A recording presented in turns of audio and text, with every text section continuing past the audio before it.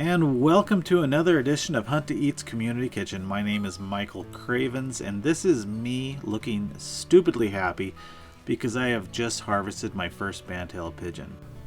Now, this is a species that has intrigued me for quite some time now.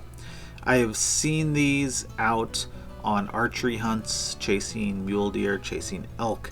They're always in high mountainous areas. They're always either perched way up high in a ponderosa pine or flying equally high way too fast for me to ever consider being able to connect with a shotgun.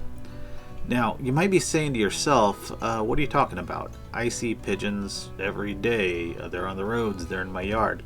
Those are not a native species to North America. Those are a European species commonly referred to as a city pigeon or a rock dove. And in contrast, the Bantal pigeon is truly a native North American species. Its closest relative was the passenger pigeon.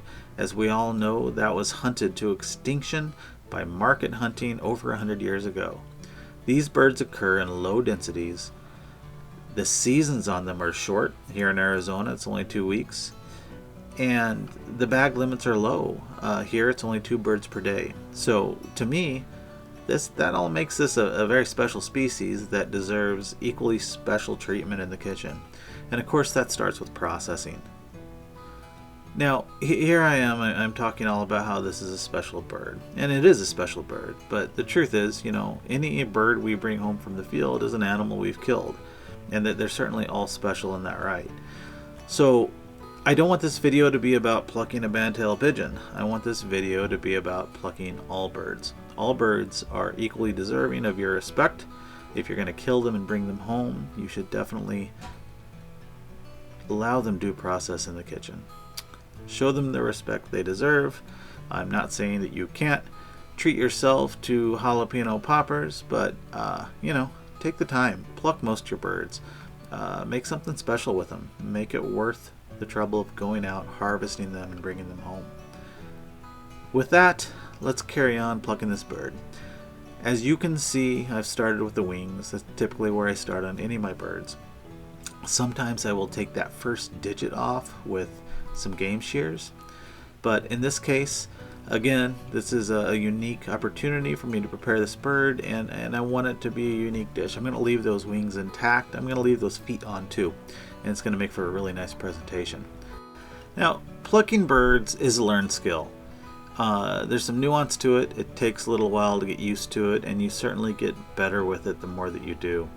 Now, those feathers on the wing, they're pretty durable. The skin's pretty durable there, so you don't have to be too gentle. I usually start with the primaries and work my way through to those base feathers. Once I get those off, though, I'm going to move on to the tail.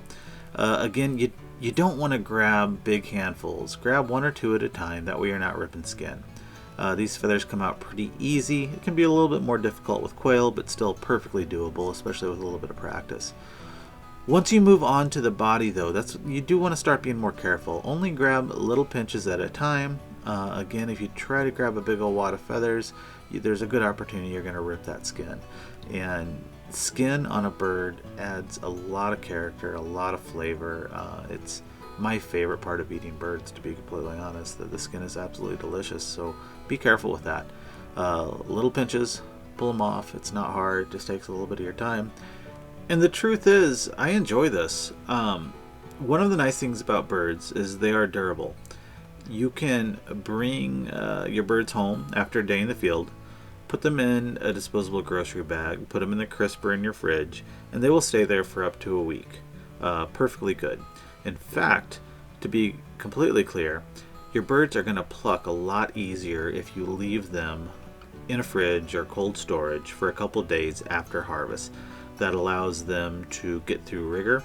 It allows those feather follicles to relax, and it makes for much easier plucking. So, be that what it is, for me, it's an excuse to be lazy. I bring my birds home, I'm tired after I hunt, I stick them in the fridge.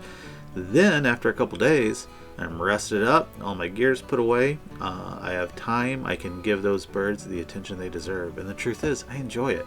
I'll get a 6-pack of beer, and I will get my birds out, I'll sit on the porch, I'll drink my beer, and I'll pluck my birds, and man, I'm telling you, it's a nice time. I enjoy the hell out of it.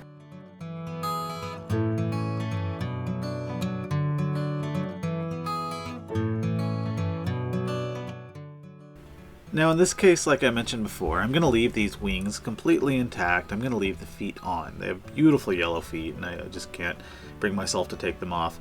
But when I take the head off, I'm going to leave some of that neck intact. The reason I do that is because if you cut it down too low towards the base of the body, when you cook that bird, that skin is going to tighten up and retract and leave a lot of that breast exposed up front. So cut that neck down low. You can go through, pull that skin back, and trim the neck down if you like. But this is how I like to do it, and I think it helps a lot in the finished product after it comes out of the oven. And so there you have it. There's our plucked bird. Not so hard after all. Now, for the sake of this video, we could leave it at this, but there's no point in skipping this next part. And of course, that is to take out those innards. In a lot of cases, I would normally keep the heart, I would keep the gizzard, and some people keep the liver. I have some friends that make just some beautiful patés from those livers. In this case, I only have 2 birds. They've been in the fridge for days, so I'm going to go ahead and discard all of those innards. But it's easy. Just simply make a cut up underneath the breast. It's very easy to feel where that spot is. And I typically just take one finger, hook it up under there, around all that, and normally I will pull it out in one fair swoop. And with that, there you have it, a whole plucked and processed bird. That wasn't much trouble at all. At this point, you can do whatever you want with them. Quite honestly, I don't know what I'm going to do with these yet. I want to do something special, perhaps some old school European squab recipe. If you have suggestions, I would love to hear them. Please leave those in the comments below.